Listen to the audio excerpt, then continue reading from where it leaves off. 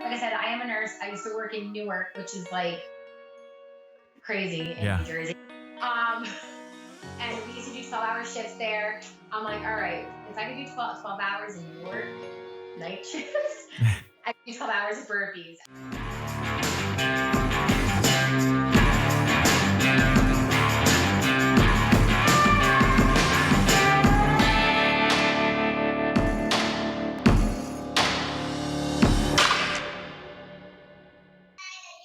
I come from a very military backgrounded family, very uniform family. So all of like the workouts are like very military driven. Like there's nothing easy about it. We don't put up with any excuses, none of that. So Were you in the military? In my military? Yeah. No. My brother, my father, my grandfather, my great grandfather, they were all prior service. And my husband and my dad are both firefighters. Well, my dad is retired, but my husband currently is. So very uniform family. Right. I mean, I am a nurse. I wanted to be a nurse in the Navy back in the day. Just to do the boot camp. I really wanted just to like go through the boot camp. What branch were you most interested in? I was going to join the Navy. Uh-huh. Yeah. But then I changed my mind. And so did you always think that you would probably own a gym or be a part of it in some way, shape, or form? I know that I've always been into fitness and playing sports and everything. I've always wanted to open up my own gym, but I never thought that I would ever be able to. But then we just took this chance and we did it, and we did it quick. And it's the happiest. Like I'm very, very happy with what I do. Right on. So what about the COVID situation right now? How soon did you close down your gym? How did you react to the situation? So being that I have my daughter, she's very prone to any type of respiratory infection. I mean, like she can get a cough and then immediately turn into pneumonia because of her medical background and everything that she's been through. So I closed my gym actually 4 days prior to when the government said to shut down everything. And we had a private fitness page, and I posted a whole thing about 2 days before that I was going to close my gym down, allowing members to like take home equipment, and that I will be providing workouts on our page daily. But I actually closed it 4 days prior to everything being shut down. Right. That has been a big thing, among the CrossFit community and other gyms kind of like that, of just letting the members just take whatever they want, because there's no use in it just sitting there, I guess. Yeah. Right. Yeah. Did you find it interesting what people took? Yeah, so I kept a logbook and I let them take 2 pieces of equipment, mostly weights, because like the kettlebell, the slam balls and the med balls, like they can break and pop easily on concrete, and most of the members are working out in driveways and everything. Right. So let people take home weights and dumbbells, and it's been a month and we're going to come out looking like G.I. Janes after this. Yeah. And have you been doing your workouts? You've been doing them all on like Zoom calls or Facebook, or what have you been doing? So I usually post a workout every single night. And if it's like a new move or like something confusing, I'll post a demo of the moves. I did a couple of live videos, but like with the kids, I was more like, 1 second, guys. Stop fighting. Okay, we're back. So that was just like whatever. And then I do a couple of I started doing Zoom videos a couple weeks ago, but I only do them a couple times a week. And it's mostly in the afternoon, because after like all the homeschooling and everything, I usually do a Zoom workout a couple times a week, and I'll just sit there and just like yell at them, like, let's go. Not yell, motivate. Right. But like I miss the whistle, because I usually have a whistle and everything. And like, they were like, I miss, like, they call them the Gena-isms, because like, I'll say the most random things like during the classes, and it makes everyone laugh. I don't know where I come up with these things, but they miss all that. I miss everyone too, but like we're making it work. I Yeah. got to be positive throughout this. Yeah, it's quite tough with the social distancing. I mean, people don't realize it at first that it's kind of nice to have a little time by yourself, and then the next thing you know, it's been a couple of weeks, and there's this craving for contact and just being around other people. So I hope it goes back to normal pretty soon, and you can open your gym back up. Me too. I miss it. Like I just miss everyone. And then like when you see them on the Zoom, you're just like, oh, I want to hug you guys, but virtually for now. So just recently, in the last day or so, I guess I was following your social media, or maybe a week. Your record became official. Yes. So tell us what the record is that you have. So I am a Guinness World Record holder for the most chest to ground burpees, push-up burpees in 12 hours, and I did 5,332. Wow. 5,332. That's a lot of burpees. I love burpees. They're my favorite. Not a lot of people say that they're your favorite exercise, but I consider the burpee to be the cornerstone, the foundation of my fitness. I mean, we just put that into so many different things. You can do it anywhere. I love that exercise. How did you like, first of all, I want to know the story behind why you decided to set a world record. Because I know that's a big part of what this whole thing was for you. Yes. So this is gonna sound crazy.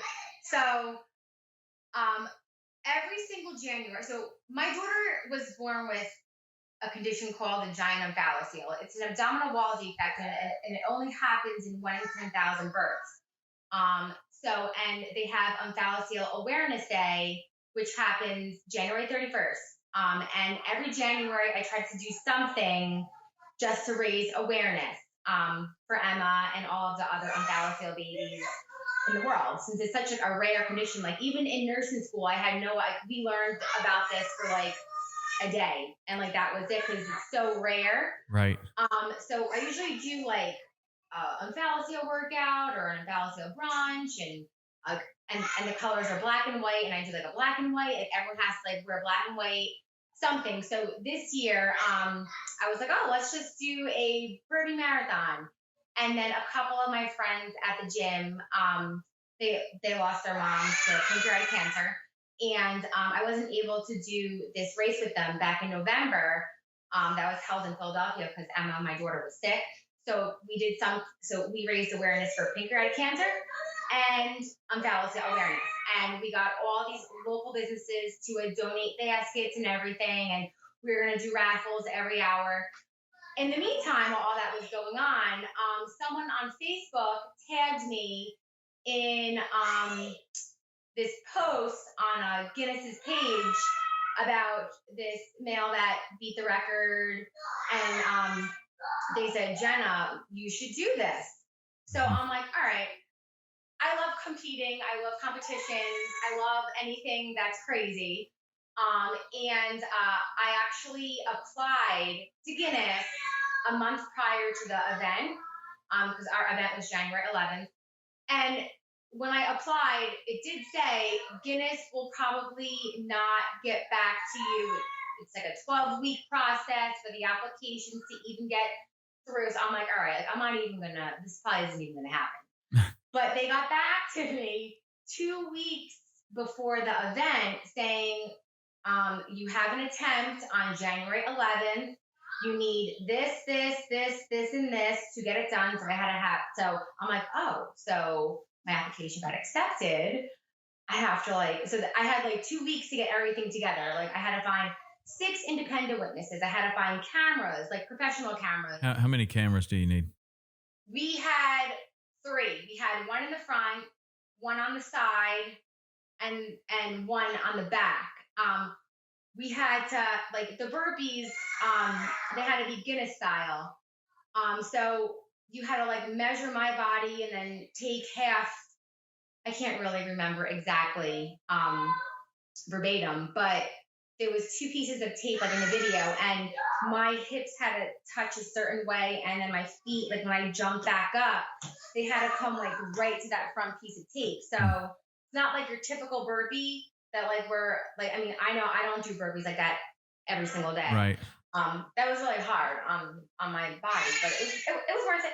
So yeah, I mean, I really only had like 2 weeks to like prepare, and like even though like I've always been active and working out and doing like these like crazy military workouts, like weight vest runs, running with ropes, running with balls, like around town. Like my gym is known for, oh, so you're that gym that runs around the block with weights and ropes. So we do like a rope run, we call it the unknown, like all crazy stuff. I didn't really train as like someone would train for like a marathon. Like I'm going to train for a marathon in November. I have 7 months to prepare. Like, I did all this in like 2 weeks. And the only thing that I really did train was to like the form. Like I trained for the form because so did you just, like control myself so that I can go for the full 12 hours. Right. Did you watch some other videos of how people were doing it and what the acceptable form was? So I couldn't find. Can you hear me? Okay, because my kids are doing that. Yeah. Okay, they're playing Mario Kart. I'm sorry. That's okay. Do you need me to tell them to? No. You can speak up though. All right, sure. I'm sorry. Like I'm just like. Well, we're all. This is what everyone's house looks like and sounds like right now. So it's no surprise, right? It's quarantine reality. So I did find a couple of videos for the male version of the burpees. I know that like with the men, they had to come chest to the ground, and then they had to put their arms out to the side and then back in. Yeah. The only female video that I found was these.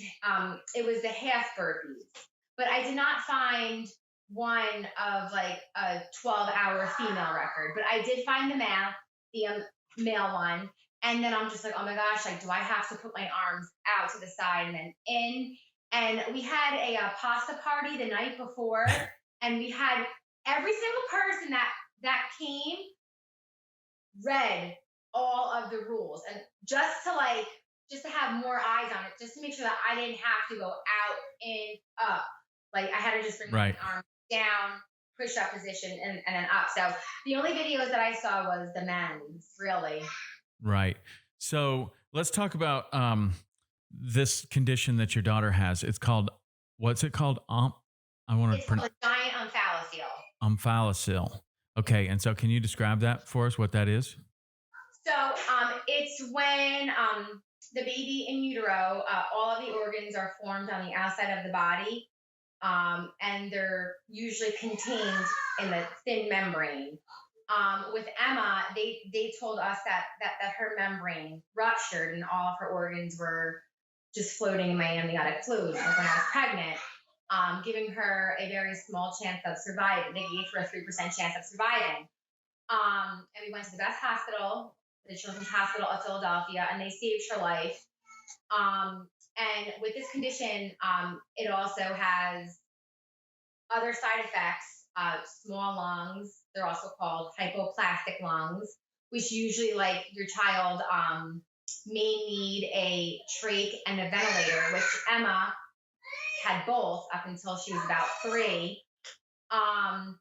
They were also going to have feeding issues, maybe heart issues. Emma had both feeding and heart issues.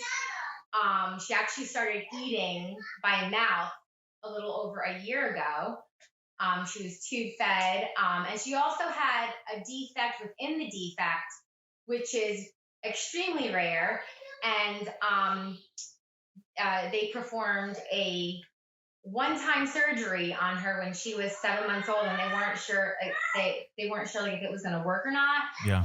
They call her the trailblazer of that surgery because they've never performed it before on a child with an omphalocele, because she had multiple bowel obstructions, and we were told that you either have bowel obstructions or you have an omphalocele. You never ever have both together, and Emma unfortunately had both. So they performed it on her, and they weren't sure if it was going to work or not. And luckily it did. But she still had feeding issues, so she was tube fed up until about a year and a half ago, and she's eating by mouth now. She sounds like she's doing okay. Yeah. Yeah. That's Mario Kart. Like they're playing. Sorry. Oh, it's no problem. So how many surgeries did she have to go through before this January, I guess? She's had about 6 or 7 surgeries. 6 or 7 surgeries. And like looking at her, like you would never even know everything that she went through. She just has scars. Like she had a trach put in. She had it's called the lysis of adhesion surgery. She had plastic surgery because like we tried all of like these different methods of compressing her organs back in. We had a shell, we bandaged her, like we did everything, but nothing was really working. So then we had plastics come in, and then they inserted 2 saline balloons on the sides of her body. And then for 6 months, my husband and I, we had to give her weekly injections to stretch out her skin, so that eventually they would be able to tuck in her organs and then wrap everything up and make her an abdominal wall. Wow. Very amazing what the hospitals, like what technology, like the hospitals do now. Yeah. Seriously. Well, that is incredible. So the survival rate, has that survival rate for that condition improved over the last maybe 10 or 15 years? Well, I would say yes, but every single omphalocele case, like not one is ever the same. Because then there's also small omphalocele, and usually like with small omphalocele, you have a chromosomal defect. With giant omphalocele, like they're all different. Like not one. Like we've met several of omphalocele families, and not one has been the same. Like it's crazy. I actually met 4 other moms. I grew up in Point Pleasant, New Jersey, and all within a 5-mile radius. For something that's like so rare, I've met 4 other moms that had babies with omphalocele. Really? I want to do some research on it.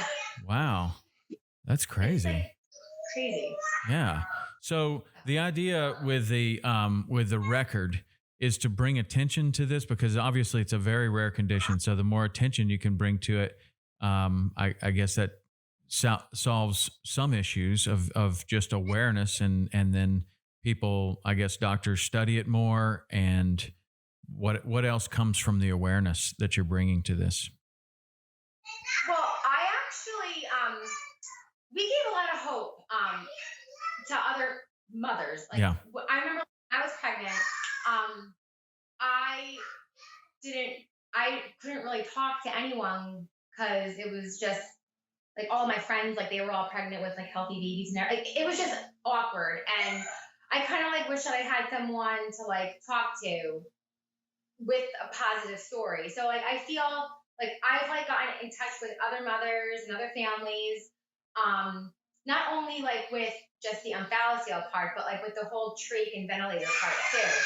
Because that's like a big step and commitment, like when you trach and vent your child. Right. Like that's an artificial breathing machine. And it was like the only way that we could actually be parents, like in the NICU. Like that was, I can't explain it.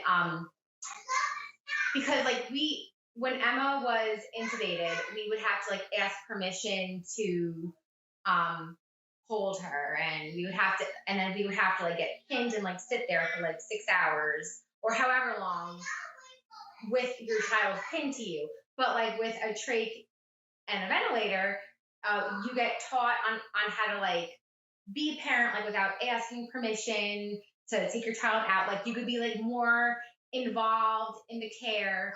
And like other parents, like when their child was a candidate to get trachs, they were scared and hesitant, like any parent would be. But like they saw Emma, and like they saw us like in the NICU, because we were in the NICU for 9.5 months.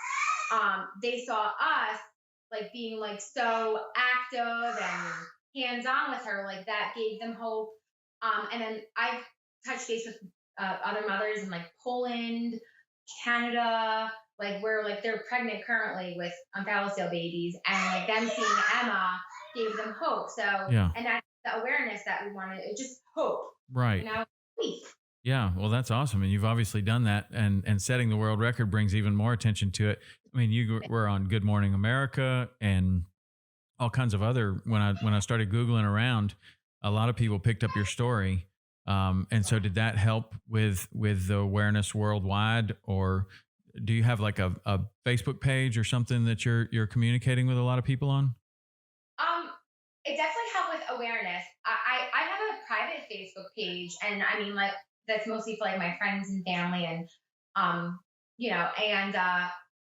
we post pictures of Emma and a couple of the mothers that I've met through the internet.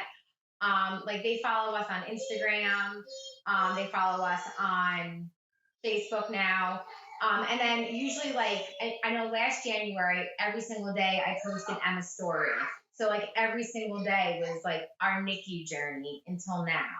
And my private Facebook page is like private, but my Instagram is like more public. So I feel like I have more people that are not part of my family following me on Instagram. Right. And then media sometimes. Yeah, well, of course. So let's talk about your record real quick. So the previous record was, I think, 4,700 something. Is that correct? 4,775, yeah. So 4,775. So that sounds pretty good. How did you like determine your strategy? Did you, like, when I heard that, I immediately broke it down to how many I would have to do a minute for 12 hours. Like, how did you look at this big number and decide a strategy that you were going to kind of implement or try to implement in your 2-week preparation for this deal? The strategy was I wanted to like go hard for like the first hour or two, and then like break it down. And I had to have like the judges like count out and like where I was, like every 10 or every 20. Like I had to have them count, because if I was to count, I would just go crazy. Right.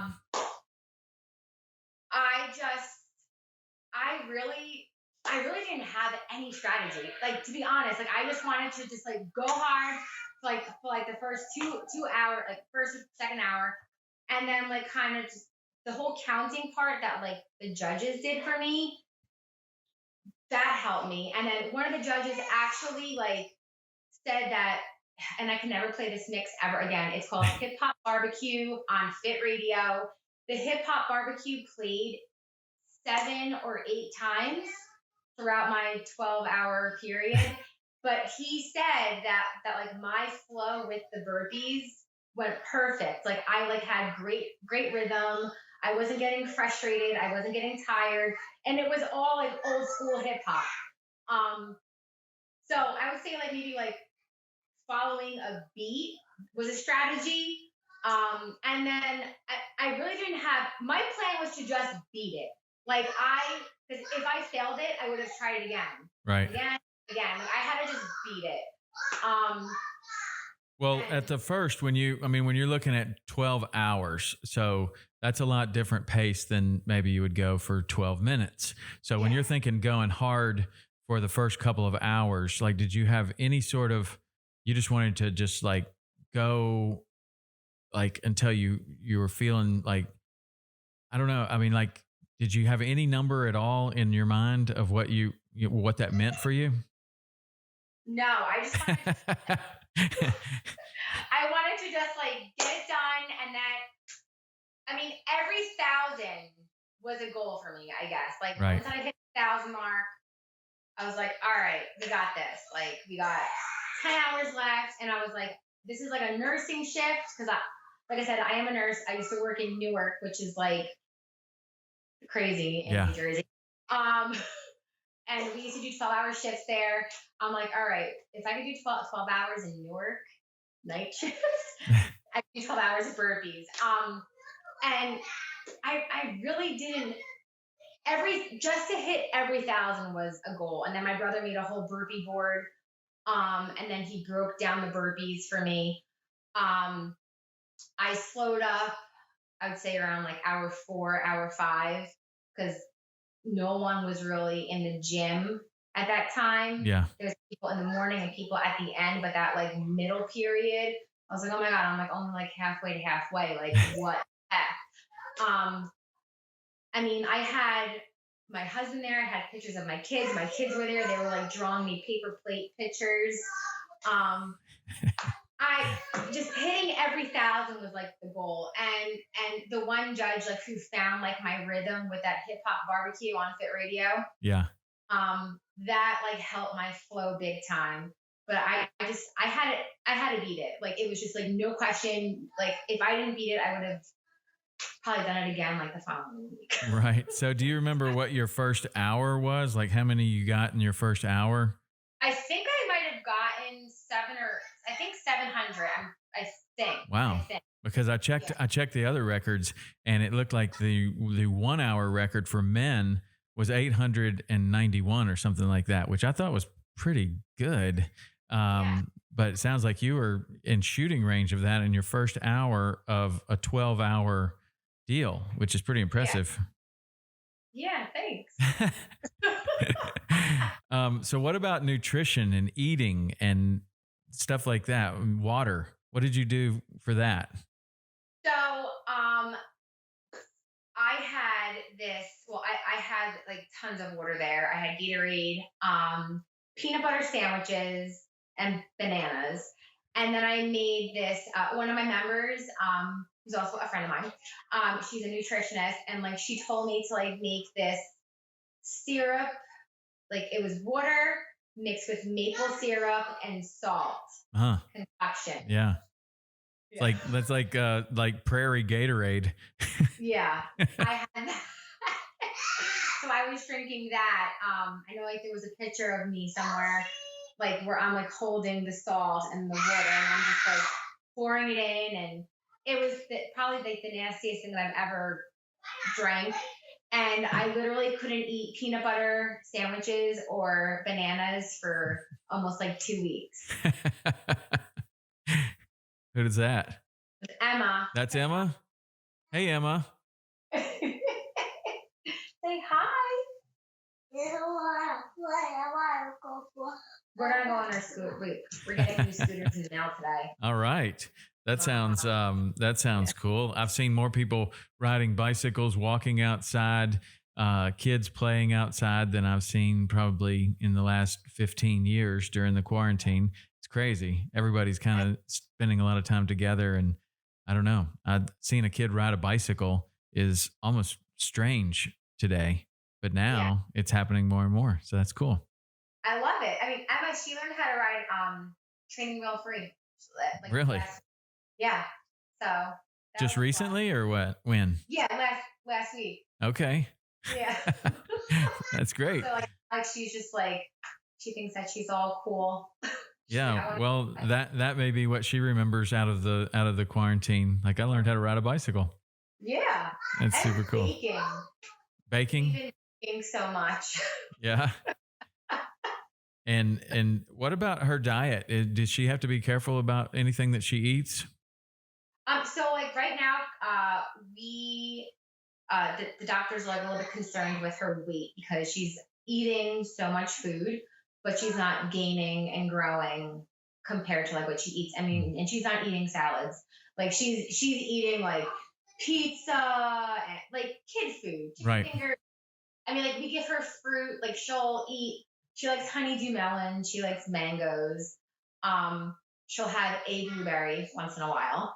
And she loves yogurt. And I mean, like she eats so much food. And we even ordered these like these like weight gainers. And we have to like put it in her strawberry milk. She loves strawberry milk. She has about like 7 cups a day. But like she's having the issue gaining weight and growing. Like her brother, my son Owen, who's 4, weighs more than her. She's only like 36 pounds. Wow. So she's a tiny little thing.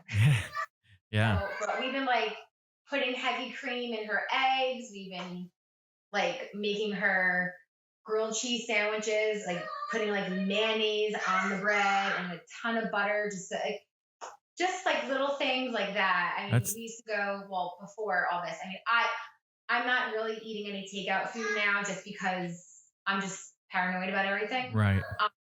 But like we used to go to McDonald's and just let her just get whatever she wanted once a week. Just because like gaining weight is such an issue for her. Pasta, I mean, we throw butter and heavy cream on everything for her, but she's still not really growing accordingly to like what she's eating. That So, sounds like a fun diet. I would like to have to go on that diet. I That would be know. awesome. Those are all the things I have to be careful of. Those are all the things I want to eat, but I have I to know. temper it. I'll smell it. I'll be like, oh my God, that smells so good. Okay, so you do this record and you beat the record at 4,700, and then you continue on to 5,332. Why did you keep going so much past the record? Well, if I was going to beat the record, I didn't want to just like beat it by one. I wanted to crush it. So, and also, like I beat the record. I think I had about like an hour and a half or an hour left to spare. We couldn't just stop. Like we had to keep like, Right. otherwise it wouldn't have counted. Oh, really? Oh yeah. You have to So go for 12 hours. I had to go for 12 hours. Huh. Yeah. But people are like, why didn't like you just like do one and then just like stand around for like 10 seconds, then do another one? And I'm just like, because like I didn't want to just like beat it by one. And then what if some of the other burpees didn't count? Right. That's enough to make it count, because if like it's 12 hours of burpees. Like if I didn't beat this, like I would have been like, oh my God, like it wasn't just like an hour or 10 minutes of burpees or a minute burpee. Like, it was like a half a day. Yeah. And so did they tell you that some of the ones didn't count, or were you pretty consistently all the way across the board that they counted? Every single burpee counted. Okay. And like the form, like I'm like shocked. Like I'm like not. I'm very happy. Yeah. Well, I mean, you'd never done them exactly like that before. It's not the way that you'd normally do them. Like I've always had a jump. I've always put like my arms up. But like the way that like they had it measured out, like your feet had to come behind the line and then right back up to the starting line. Like they had to touch it. And then the jumps, like as long as like both feet came off the ground, they didn't really care like if like you did a power jump or what. Like, they just wanted both feet off of the ground. Right. And then like some of like my husband's firefighter friends, like they were like, oh, a couple of them. Oh. And I'm just like, let's see you do it. Yeah. Okay. But yeah, every single burpee counted, and I'm so happy. Yeah. That was a lot of work. Yeah. So what can doing 5,332 burpees, what can you take back into your regular life, and how can that help the people that are listening to this? What lessons did you learn in doing that? There had to be some dark moments there where it didn't look like, you wanted to continue, or it looked like you said, I'm only a quarter of the way there and there's no one around. Like, what kind of lessons did you learn in doing this? So if you put your mind to anything, you can do it. That is a very old-fashioned statement that is used all the time, and it's so true. And I did it for my daughter. I mean, everyone is like, oh, well, why are you burpeeing? Like, what does that mean? Like, how is that going to help your daughter? Like sorry.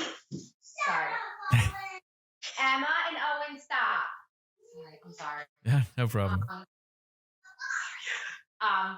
Like her watching me do this. I mean, she did the last 10 minutes with me. That's the video that went viral. Yeah. And like for her to be able to do 10 minutes of burpees with me, someone that has hypoplastic lungs, someone that has artificial mesh acting as muscle in your stomach, because like she wasn't born with any muscle. And she did them, like her taking a part of that, what meant a lot to me. Like that just overtook the whole 12 hours, that last 10 minutes. Um, let's see what else. You can do anything. The dark moments that I had was, why am I doing this? And then I would stare at my daughter and her picture, and I'm strong. Like her strength came on to me throughout that whole period, because like she fought for her life, and like for her fighting for like her life, I can do burpees, which is the most horrible exercise, even though I love them. It's the most dreadful exercise that everyone hates. And now like when I work out, because I'll post like my workouts, and burpees are usually in almost every single workout that I post. And if people are complaining about doing 25, 30, 50 burpees, I'm just like, listen, like I did 5,332. You guys can do at least 50. You guys can do 50. Is that the end of the complaining when you say that, or do you even have to say that anymore? I say it all the time. Like I'm just like 100 burpees, and like they're just like, you can't, and I'm just like, really? And I'll just like point to like the picture. But honestly, like out of like the whole 12 hours, like the last 10 minutes of my daughter doing burpees with me, just meant the world, because like for her to like be able, because that's a full body movement, like you said earlier, that uses every single muscle. Like for her to do the last 10 minutes, just meant everything. It just made the whole 12 hours worth it. Wow, that's so cool. That's really cool. It's also cool that you did this with kind of just on the spur of the moment with very little preparation. I mean, the drink that you're drinking, I've always gone by, ever since I ran my first marathon, one thing that I learned from like a Hal Higdon book, he's like super old school. And he's like, you never do anything on race day that you haven't done in training. And so I've taken that to everything, like into fishing tournaments and everything that I do. It's like, if I haven't done this in practice, I'm not going to do it on game day. Right. So like I would have practiced that drink and made sure it didn't make me sick. I would have had everything all prepared and ready. And I would have tried it out. I would have worn the clothes that I was wearing 2 or 3 times before, at least. I would have done everything, all this preparation. And it sounds like you did virtually no preparation. You just found out that you were getting ready to do this thing. And, you know, you like asked somebody, what should I drink? That's amazing to me. Yeah. That sounds pretty crazy hearing that, but it's like, I'm like, oh my God, like I didn't even try the drink. Like what if it did make me sick? Right. Like yeah, you didn't try the drink. I would have known exactly how many I had to do per minute and had a minute clock there. Or I don't know. I mean, I was just kind of thinking about what would I need to do to prepare for this? And almost everything that I thought of, you didn't do. And you crushed the record. So you can take everything that I was thinking and throw it out the window, because you're the one that actually crushed the record. You're the burpee queen. Thank you. That's crazy hearing that though, because I'm like, wow, like I didn't do it. Like we had a pasta party the night before, like back in like high school field hockey days, like we had cake. Like, I'm just like, oh my gosh. Like, I only had 3 hours of sleep too, because I couldn't sleep the night before. Wow. That's amazing. So what about just, you know, a lot of times people say, if you have a big enough why, you can overcome any how. And you touched on that a little bit, just about your daughter and how important this was to you. But do you think that's how you could just do this without, I mean, I'm not going to say without any preparation. You're obviously a very well conditioned athlete to be able to just step in and do 5,332 burpees without a lot of, let's say, preparation, not training. You're a trained individual, but your why.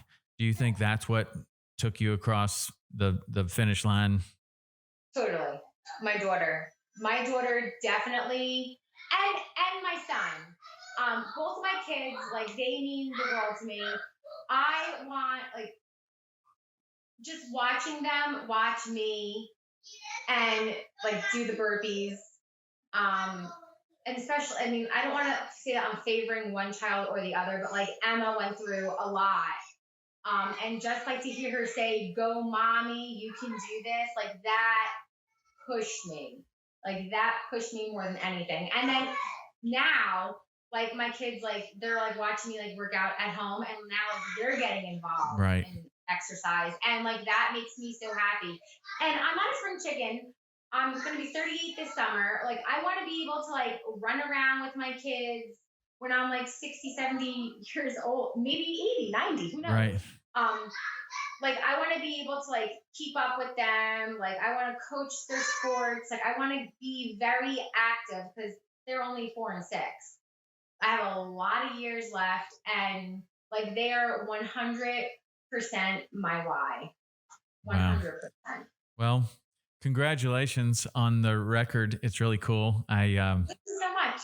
It's really cool to hear the story, and I really hope that that this brings the awareness to this condition that you're hoping for. Is there any way that the people that are listening to this could help or support you in any way? Well, I mean, if they ever wanted to donate to the Children's Hospital of Philadelphia, they would send a check to CHOP. I actually have all that information, but you know, every January 31st, just wear black and white because that's Omphalocele Awareness Day. And I know next January I'm going to probably do something for Omphalocele awareness, like I do every single year. Might not be a burpee marathon, but what's the significance of black and white? It's the colors of it. Okay.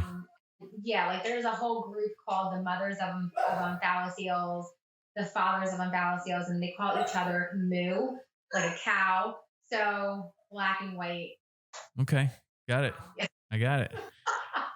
Okay, and if people want to go to your Instagram or check out your burpee record or any of your workouts, is there a way that anybody can do that?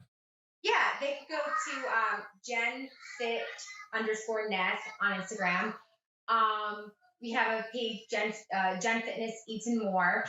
Sometimes I post like little clips like on my Instagram story. You can also type in Gena Laielli, Gena Laielli, Laielli on Google, and you'll see like all of like my Guinness things on there.